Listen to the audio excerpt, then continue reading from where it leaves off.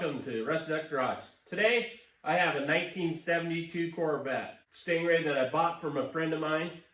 He picked up the car at a dealer auction in Eugene, Oregon. And the car was a repossession. It kind of has a story behind it. But first to tell you a little bit about the car. Of course, it's a Stingray. 1972 was the last year with a chrome front and chrome rear bumper. In 73, they went to a rubber impact front bumper to meet the safety standards for this year. So this was the last year, 72, with the chrome in front and rear bumpers. This car also has T-tops. It's not a roadster, it's a coupe. But you can see it's got a vinyl roof on it, which is kind of odd. Not sure that it was factory. I can't find any option codes that would lead me to believe that it is a factory option. However, it's done very, very nicely as if the factory did it. So I don't really know. I cannot find the tank sticker. Tank sticker on these cars would have all the option codes, the RPO codes, regular production order codes that tell you what the car originally come equipped with, is missing from this car because the fuel tank was replaced at one point.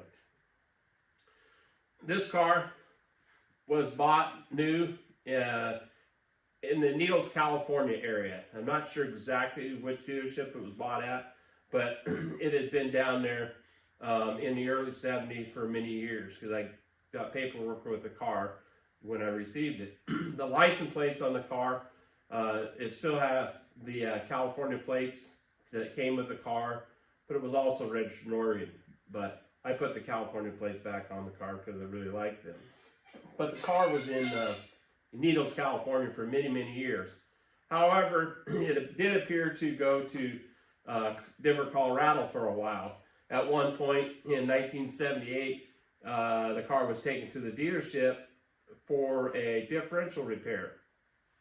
Originally, it went to the dealer, and the lady that owned the car, Mary Sachs, was complaining that she had a clicking noise in the right rear. They looked at the car, inspected the brakes, told her that the brakes were getting down there, but rebuilt the rear differential on it.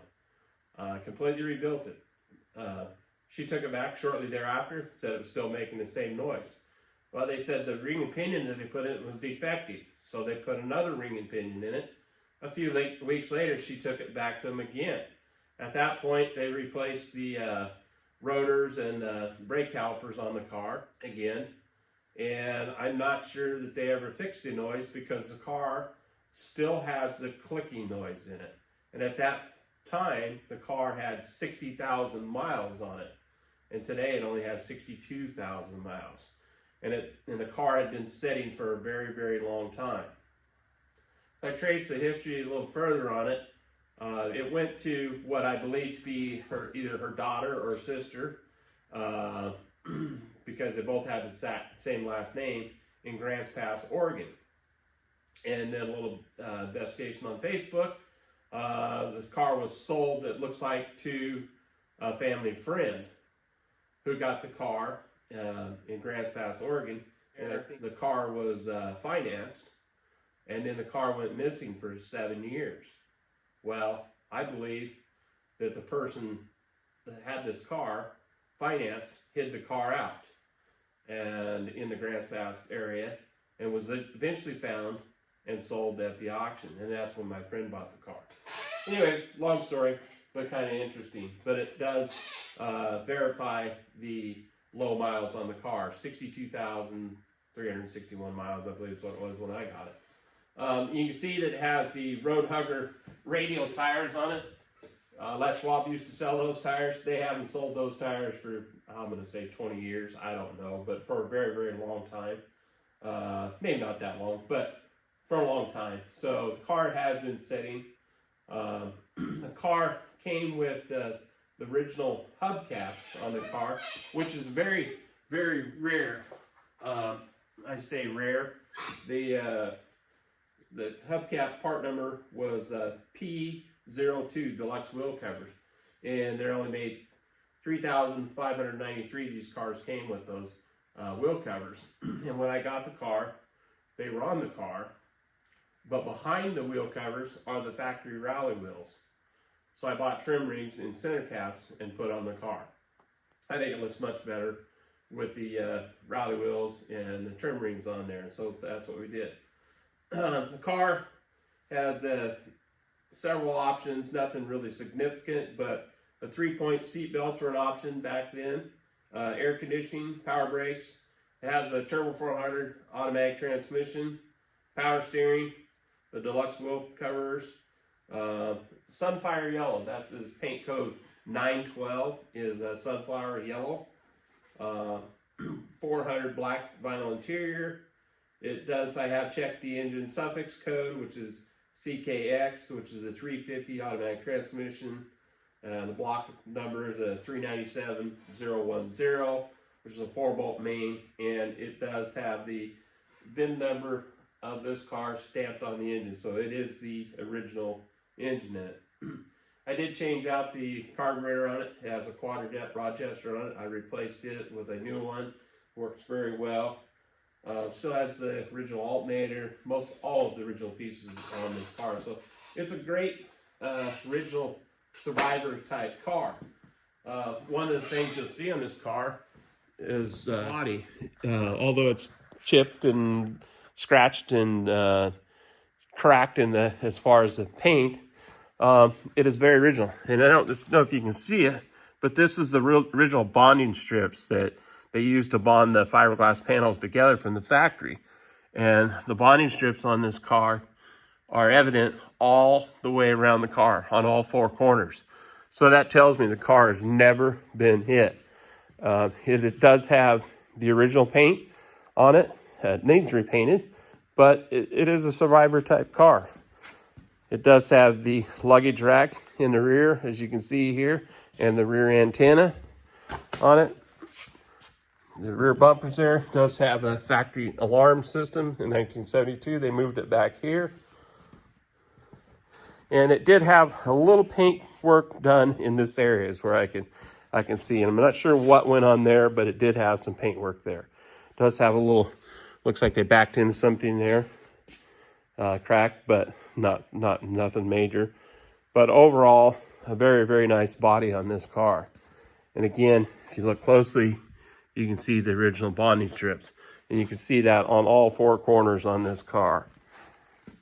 Again, got the good old road hugger radial tires on it. And you can see those California plates I was talking about. There's Barstow, California plate frame on there that I actually installed on there. A friend had given me that. And we'll see if we can't get the hood open. And the engine compartment. The engine compartment here is the way I found it. The way it was covered, well, it was hid out, I believe, or a grass pass, excuse me. It had a car cover on it over it, which is not the best thing to do. And it had one of those little canopies, but it's just surface rust. There's no rust on the frame, the birdcage, none of that. I've checked that really close. And there is light surface rust on it, just like what you see up here, but not bad. When I bought the car, it had not ran for many, many years. Put new fuel in it, put a new battery in it. And the points, I filed the points on it. And it didn't take very long, and it fired right up. And it ran pretty decent considering as long as it had been off the road there. The water pump was in extremely bad condition. You can see it has a broken fan shroud there, and I believe that was due to that bearing that was out on the water pump. But since that time, I've put the car on the road and driven it several hundred miles, and it's done very well. It's a lot of fun to car, a lot of fun to drive. That turbo 400 transmission, it works very well. See, the interior in it is really quite nice considering the age of the car and never been redone. There's the 3-point seat belts we talked about there, and auto trans and air conditioning. So pretty cool car. All right, we'll do a little start on the car here. Won't even get inside it.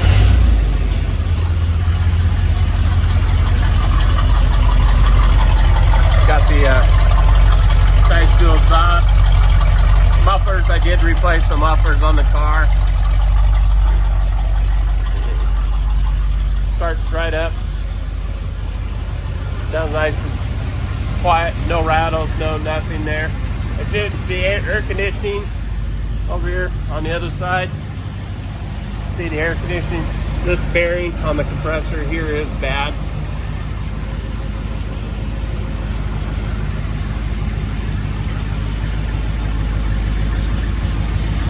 Does have a cracked windshield there. It's delaminated it. Not real expensive to replace. Not a big deal.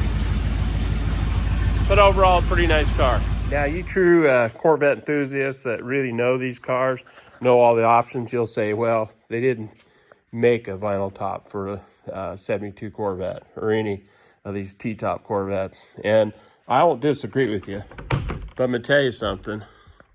Whoever did these did a really nice job, and really hard to tell if they weren't factory. They did a very, very nice job on them.